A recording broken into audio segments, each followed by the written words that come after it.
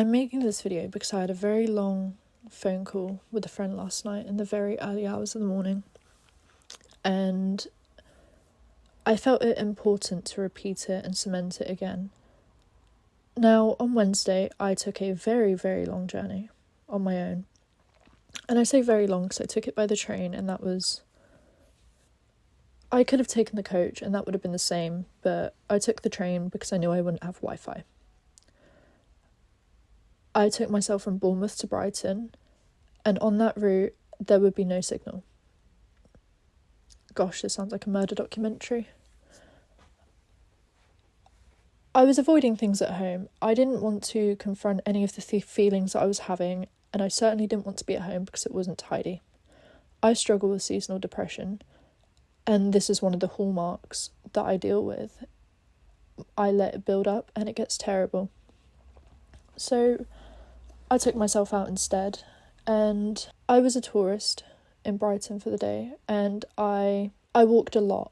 By the time I got to Brighton, it was coming towards sunset, so I took myself to the beach, and it was a beautiful day, and I had my headphones on, and admittedly I was playing the saddest playlist, so I wasn't really helping myself with my feelings, or I was forcing my way to feel a certain way.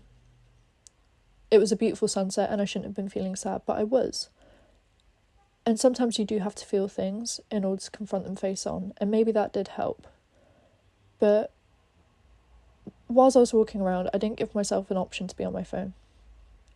I didn't respond to any messages. I put Instagram specifically in a hidden folder so that I wouldn't get any notifications.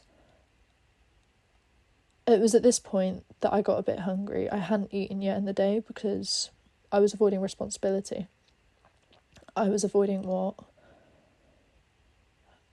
my own needs. And in Brighton, there's a lot of places to get food, like a lot. You can either go to a sit-down restaurant, there's loads of street vendors, there's fast food everywhere, like there is everywhere in the UK, on every road. And I was debating fast food because I knew it would be an easy option. There were so many options, I sort of got overwhelmed, and I couldn't really decide between them because it was all along the high street. But the point is, I had the options of going for the easy route. And I decided that despite how easy it was, I knew it wouldn't make me feel any better in regards to my hunger and regards to my health. So I took myself well out of the way and I went to M&S. And I'm not saying that M&S is like the hallmark of, like the epitome even of like healthy, but it certainly steps above what fast food is. And I went in there and I got myself a salmon and cream cheese bagel, and I got some nectarines, and I got myself a bottle of water, as opposed to maybe going to Popeyes and getting like a chicken burger with chips and a fizzy drink. I chose the healthier option for myself. And I ate it and I felt satiated, and I knew that it would make me feel way better than what processed food would do. And I'm not saying that, that bagel wasn't processed, because it likely was, but not nearly as processed as what the fast food would be. And I felt better. And the point that I'm trying to make is that you need to make the right decisions by you, and that you don't necessarily need to take the easy option, because whilst it is easier to take that option, there are better alternatives for you that, yes, it might make yourself uncomfortable trying to reach, because I didn't enjoy the walking. It was cold. I was cold. I didn't dress appropriately for the weather because I felt like dressing for myself. And it was a long walk, and by the beach it's windy, and I was in a skirt, so it was an uncomfortable route that I had to take to get to M&S. But it was worth it. And it was the right decision to not cut corners. And it's so easy to cut corners. And it's so easy to excuse yourself for cutting corners. There's always a reason someone might make up as to not do something.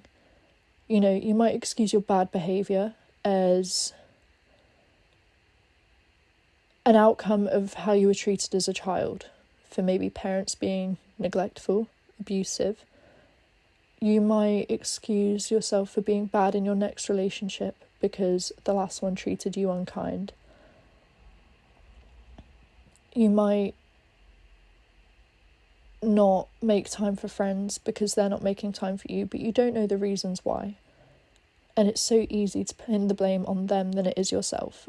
And it's so easy to avoid responsibility than it is to take it. The thing is, you have options always. You'll always have one of two ways, the easy route and the hard route, and it's imperative to your journey that you always take the hard route. Now, I did this on Wednesday. I didn't want to be at home doom scrolling, so I knew that wasn't right for me, and so I went out, and that was to avoid my room. And this probably wasn't the best idea, because whilst I really enjoyed my time out, despite confronting all of these feelings that I had been avoiding, I ended up coming home and feeling shit because I had a messy room to come home to. Now, I left Brighton at maybe, I think 9 o'clock in the evening, and the journey was 2.5 hours. So all in all, I spent maybe 5.5 hours on, public transport with waits in between changes. It was a very long time to be outside the house. And when I got home, I felt terrible seeing my room, and it wasn't something I wanted to confront. But regardless, I still brushed my teeth because I knew that it needed doing. I took my makeup off and did my skincare because I knew I'd feel better for it in the morning. I drank lots of water before bed because I knew that it would clear my sinuses. I played white noise because I knew it would help me get to sleep. I made the right decisions rather than staying up on my phone. I just went to bed immediately. And I slept for a very long time. And I woke up in the morning looking at my room and I felt terrible.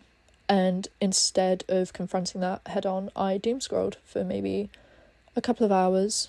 I woke up late, so I woke up at around 10. And I doom scrolled until about 12, and I was talking to a friend, and she was telling me about how she didn't want to get up and go to work because she was watching a show. And I said that if I get up, you'll get up. And at this point, I was confronting going to the toilet. Sorry, not confronting. I was avoiding going to the toilet. I was avoiding making my morning coffee. I was avoiding making breakfast because I didn't want to confront my room. And when she got up, I did too. And I figured I could kill a couple of birds with one stone.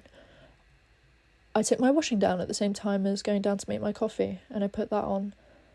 And it was that one small achievement that ended up being a snowball to the rest of the day, because when you make one right decision, that will lead to more right decisions. My friend and I, that I was, talking to, we ended up making plans for the evening, and there was a possibility that it would be hosted at my house. And that gave me the kick in the teeth to tidy my room. A much needed kick, because I had been avoiding it for 3 months. And I was absolutely mortified at the idea of her seeing my room like this. I know in reality she wouldn't actually mind because she understands what I am going through currently. But regardless, I felt shame, and that shame, that uncomfortability was enough to push me forward and to tidy my room. Now, for about 3 months, I've not been able to see the bottom of my floor. I've not hoovered, I've not dusted, and I've been wondering why my nose has been runny. Actions have consequences, or lack thereof have consequences. And it was only when I did all of these things I found that I could sleep a little bit better last night. I went to sleep feeling comfortable, without anxiety, without guilt, and I woke up without anxiety, without guilt, and with the drive to actually get myself up this morning and to make my coffee and to have breakfast and to do all of these things and not just stay in bed all day. I got so much done. Now, admittedly, I'm kind of gross for this, but I will avoid washing my hair when I'm depressed. I find it too taxing of a task, too big of a task. But today, because I like to think because I dealt with my room, I could deal with another little task, and that was washing my hair. And you can see now that it's very clean, very healthy, very shiny. And I feel better for that. I feel like a new person again. And alongside that, yesterday, I caught up with friends that I had been avoiding. And this is what I mean by a snowball tumbling down a hill. It just grows once you do these, like this one small task, or you find yourself able to do all these other tasks that you've been putting off. I reached out to some friends that I hadn't spoken to in forever because I'd been avoiding it, and I was afraid that having left it so long, it would become awkward between us, and that just wasn't the case. And I had to confront the idea of it being awkward to be able to have this positive outcome, the uncomfortability. And the first one, we spoke for a very long time and it was very fulfilling, and the second one we also spoke for a very long time and it was very fulfilling, and this is what led to this video. We had a big old catch up, and I spoke to him about this week and exactly what I got up to and exactly what my thoughts and feelings were, and he found it very introspective. And that in itself was introspective, that things can still be made better even after you've made the wrong decisions. And because I've reached out with these people, we've now cemented plans to see each other this December, which is something I've been wanting for a very long time but have been too afraid to speak up about. There's always room for change, and it's never too late to change, and you do have those options. They are available to you regardless. The point is you have to have the effort to try, and that maybe you are the way that you are, but you have the ability to alter that. You are the way that you are, but you have every power within you to change what you don't like. You are your own worst enemy. You are the only person that you can control. You cannot control others, but you can control what you do and how things might make your life for the better. So this rolls back to the idea of, oh, I am the way that I am because of my parents. You have every ability to break that quote-unquote generational curse. You have every ability to not sleep around after you've had a breakup, because it won't serve you any purpose in the long run. It will make you feel terrible. You have every ability to start going to the gym, to do better for your body, to eat the right things. And it's never too late to start, and it's never too late to start making the right decisions, as long as you're conscious of the decisions that you're making. And I think this is where I'm going to end this video. I didn't expect to make a video like this, and I switched the recording style because, to be frank, I couldn't find a place to pop my phone up, so we're going to see how this looks in post and how well it edits.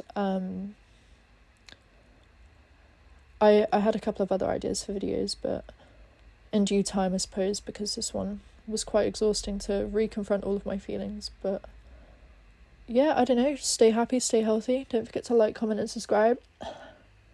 Yeah, very cool.